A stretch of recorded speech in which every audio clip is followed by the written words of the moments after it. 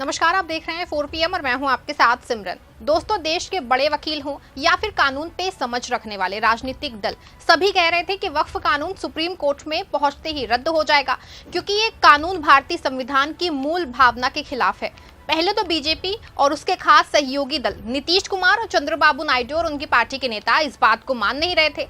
NDA के लोग कह रहे थे कि अगर कानून बन गया तो कैसे रद्द होगा, लेकिन अब अचानक पूरी बाजी पलट गई है। वक्फ कानून के सुप्रीम कोर्ट पहुंचते ही रद्द होने की नौबत आ गई है। इससे हड़कंप मच गया है। एक और जहां मोदी सरकार घुटनों पे आ गई है, दूसरी ओर नीतीश नायडू की भी सिट्टी पिट्टी गुम हो गई है। मौके की नजाकत को भांपते हुए मोदी सरकार भी भागते भागते सुप्रीम कोर्ट पहुंच गई है। मोदी सरकार को वक्फ कानून बनाने के बाद सुप्रीम कोर्ट पहुंचने की नौबत क्यों आ गई है? क्या मोदी सरकार का अचानक सुप्रीम कोर्ट पहुंचना इस बात का सबूत है कि मोदी सरकार डर गई है? क्या नया वक्फ कानून रद्द होने वाला है? इन तमाम सवालों के जवाब जो हैं वो आपको मैं इस अपनी वीडियो में बताने वाली हूं। साथ ही इस पर भी चर्चा करने वाली हूं कि सीजीआई संजीव खन्ना ने कौन सा ऐसा कड़क एक्शन ले लिया है जिससे इतना हड़कंप मच गया है। दोस्तों, आप सभी ने देखा कि कैसे रातों रात देश की संसद में वक्फ कानून पास कराया गया है और इसको राष्ट्रपति के जरिए मोहर लगवा के कैसे जल्द से जल्द अमल में लाने की कवायद शुरू हो चुकी है। सबसे ज्यादा जो है वो वक्फ की जमीन को कब्जा करने के लिए योगी बाबा ललायित हैं। यूपी में तो योगी बाबा कितने बेचैन हैं, कितनी जल्दी वक्फ की जमीनों पे कब्जा कर लेना चाहते हैं। खबर में देखिए, प्रभात खबर की न्यूज है। हेडलाइन में ही साफ साफ लिखा हुआ है कि वक्फ बोर्ड पे चला बाबा का बुलडोजर, वक्फ बिल पास होते ही दिखने लगा असर। खबर ये साफ है कि जब संसद के दोनों सदनों में वक्फ बिल पास हो गया है तो ही यूपी के योगी बाबा एक्शन में आ गए थे। उन्होंने वक्फ की जमीनों को अवैध कब्जे से मुक्त कराने के लिए शासन स्तर पे गाइडलाइन जारी कर दी थी। आपको बता दें कि ना सिर्फ वक्फ की जमीनों पे अवैध कब्जे को हटाने के आदेश योगी बाबा की ओर से जारी किए गए थे, बल्कि इन वक्फ की जमीनों को किस जिलाधिकारी के राज्य में वक्फ की प्रॉपर्टी में दर्ज कराया गया था, उनकी डिटेल भी मंगाई गई थी। माना जा रहा है कि ऐसा इसलिए किया गया है कि अफसरों पे दबाव बनाया जा सके। आपको बता दें कि यूपी में सबसे ज्यादा जो है वो 57,792 संपत्तियां वक्फ बोर्ड में दर्ज हैं। इनका कुल रकबा जो है वो 11,712 एकड़ है। योगी सरकार का दावा है कि इसमें ज्यादा संपत्तियां जो हैं बेनामी हैं और सरकार की हैं। वक्फ कानून के बाद इस पे से अवैध कब्जे हटाए जाएंगे। हालांकि सब प्लानों के बीच में वक्फ कानून का मामला सुप्रीम कोर्ट पहुंच गया है। आपको बता दें कि कानून को रद्द कराने के लिए एक दो नहीं बल्कि 15 याचिकाएं सुप्रीम कोर्ट में दाखिल की गई हैं। ना सिर्फ कांग्रेस बल्कि समाजवादी पार्टी, तृणमूल कांग्रेस, राष्ट्रीय जनता दल, अन्ना द्रमुक, आजाद समाज पार्टी सहित कई राजनीतिक दल और मुस्लिम पर्सनल लॉ बोर्ड व अन्य मुस्लिम संगठनों की ओर से याचिका दायर की गई है। ज्यादा जो याचिकाओं में नए वक्फ कानून को संविधान सम्मान या संविधान के मूल भावना के खिलाफ होने के दावे करते हुए उनको रद्द करने की बात कही गई है। आपको बता दें कि वक्फ कानून पे सुनवाई शुरू होने वाली है। माना जा रहा है कि सभी याचिकाओं पे 15 अप्रैल को याचिकाओं पे पहली सुनवाई हो सकती है, लेकिन इन सुनवाइयों से पहले ही इस मामले में केंद्र सरकार कूद पड़ेगी, क्योंकि सरकार का आभास हो गया है ना उसको कि कहीं ना कहीं उससे बहुत बड़ी चूक हो गई है। ये वजह है कि सरकार खुद ही इन 15 याचिकाओं की सुनवाई में खुद को शामिल करने की अर्जी लगा दी। आपको बता दें कि 7 अप्रैल को याचिका जब दाखिल हुई थी तो 15 याचिकाओं की ओर से सीनियर वकील कपिल सिब्बल, अभिषेक मनु सिंघवी और जाकिर पाशा ने एक अर्जी लगाते हुए सीजीआई से मांग की थी कि इस पूरे मामले पे सुनवाई जल्द से जल्द हो। इसके बाद सीजीआई ने तेजी से सुनवाई के लिए दूसरी प्रक्रिया से आने की बात कही थी, लेकिन माना जा रहा है कि 15 अप्रैल को सुनवाई हो सकती है, क्योंकि जो वक्फ कानून के विरोध में याचिकाएं लंबित हैं, वेबसाइट पे उन याचिकाओं की अनुमानित सुनवाई तारीख 15 अप्रैल लिखी दी गई है। लेकिन वहीं दूसरी ओर जो है मुस्लिम पर्सनल लॉ बोर्ड के चेयरमैन मौलाना अरशद मदनी ने अपने एक्स पे एक पोस्ट शेयर की है, जिसमें वक्फ कानून पे सुनवाई की बात 16 अप्रैल को बताई गई है। मौलाना अरशद मदनी ने अपने एक्स हैंडल पे उन्होंने लिखा है कि वक्फ संशोधन कानून के खिलाफ दायर याचिका पर जो है 16 अप्रैल को सुप्रीम कोर्ट में सुनवाई होगी। जमीयत उलमा ए हिंद की ओर से वरिष्ठ अधिवक्ता कपिल सिब्बल ने इस मामले की शीघ्र सुनवाई की अपील की है। वक्फ कानून संविधान, धर्मनिरपेक्षता और देश की एकता व शांति के लिए बड़ा खतरा है। हमें पूरा विश्वास है कि इस मामले में अदालत में हमें न्याय मिलेगा, क्योंकि इस कानून की नई धाराएं न केवल देश के संविधान के खिलाफ है बल्कि इससे नागरिकों के मौलिक और धार्मिक अधिकारों का उल्लंघन भी होता है। ये कानून ऐसे समय में लाया गया है जब पूरे देश में मुसलमानों के खिलाफ नफरत की आंधी चल रही है। हमारी कई मस्जिदों और दरगाहें पहले से ही निशाना बनाई जा चुकी हैं और वहां मंदिर होने के दावे किए जा रहे हैं। ऐसे में अगर ये असंवैधानिक कानून भी लागू हो गया तो इस बेलगाम सांप्रदायिक ताकतों को हमारी मस्जिदों, खानकाहों, कब्रिस्तानों और इमाम बाड़ों को निशाना बनाने का अधिकार भी उनको मिल जाएगा।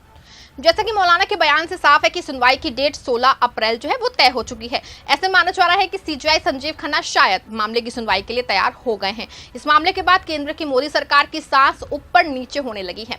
मोदी सरकार को लगने लगा है कि ये कानून रद्द हो सकता है।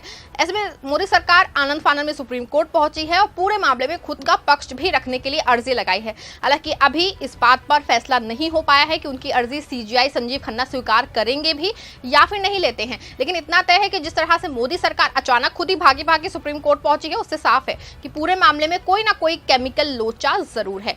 आपको बता दें कि जब लोकसभा में वक्फ संशोधन बिल पेश हो रहा था तो मोदी के राइट हैंड कहे जाने वाले अमित शाह ने लोकसभा में दावा किया था कि कानून बन जाएगा तो सबको मानना पड़ेगा। अमित शाह का कहना था कि कैसे कोई कानून को नहीं मानेगा। सुनिए आप भी अमित शाह ने क्या कुछ कहा था। यहाँ एक सदस्य ने कह दिया माइनॉरिटी इस कानून को स्वीकार नहीं करेगी। क्या धमकाना चाहते हो भाई? संसद का कानून है, सबको स्वीकार करना पड़ेगा। स्वीकार नहीं करेंगे मतलब क्या है?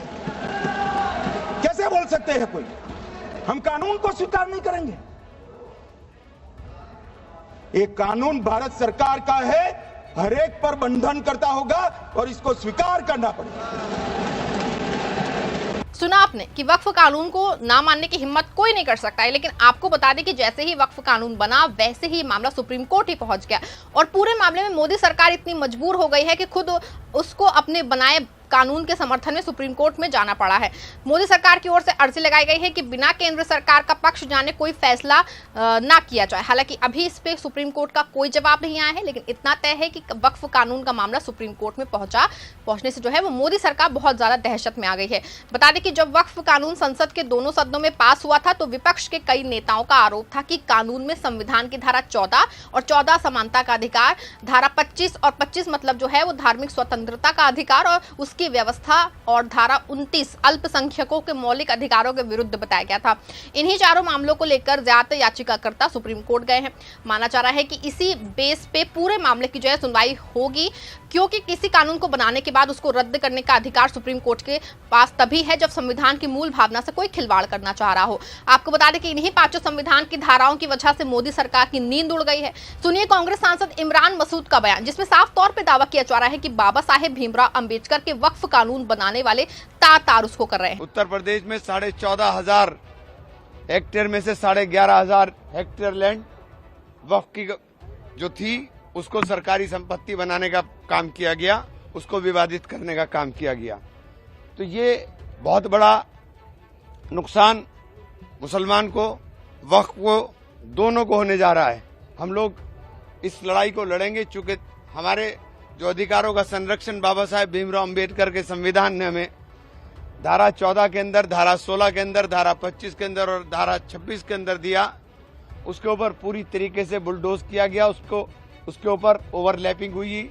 हम लोग रास्ता देखेंगे, कोर्ट जाएं, कोर्ट में जाकर के हम लोग लड़ाई लड़ेंगे। लेकिन ये जिस तरह का काम आज हुआ है, ये इतिहास में काले दिन के रूप में दर्ज होगा। सुना आपने कि सांसद का साफ तौर पे कहना है कि संविधान की धारा 14, 15, 25 और 26 का खुले तौर पे मजाक उड़ाया गया है और जब इन्हीं धाराओं का पालन करने के लिए सुप्रीम कोर्ट में 15 याचिकाएं लगी हैं तो मोदी सरकार डर गई है और खुद के कानून को बचाने के लिए बेचैन हो गई है। सुप्रीम कोर्ट में अपने दलील को भी पेश करना चाह रही है लेकिन वो अपनी दलील पेश कर पाएगी या नहीं कर पाएगी, फैसला तो सुप्रीम कोर्ट ही लेगा। लेकिन अचानक मोदी सरकार के सुप्रीम कोर्ट पहुंचने से एक बात तो साफ हो गई है कि मोदी सरकार कानून कहीं रद्द ना हो जाए, इसी को लेकर बहुत दहशत में आ गई है। आपका इस पूरे मामले पे क्या मानना है? क्या मोदी सरकार इसलिए खुद ही सुप्रीम कोर्ट पहुंची है कि इसको अंदेशा हो गया है कि कहीं ये वक्फ का नया कानून रद्द ना हो जाए? क्या मोदी सरकार कानून के पक्ष में सुप्रीम कोर्ट में भी अपनी तगड़ी दलील पेश करना चाहती है? क्या सुनवाई के दौरान मोदी सरकार की दलील असर दिखा पाएगी या फिर कानून रद्द होगा? अपनी राय आप कमेंट में बताइएगा। खबर को लाइक और शेयर भी जरूर करिएगा।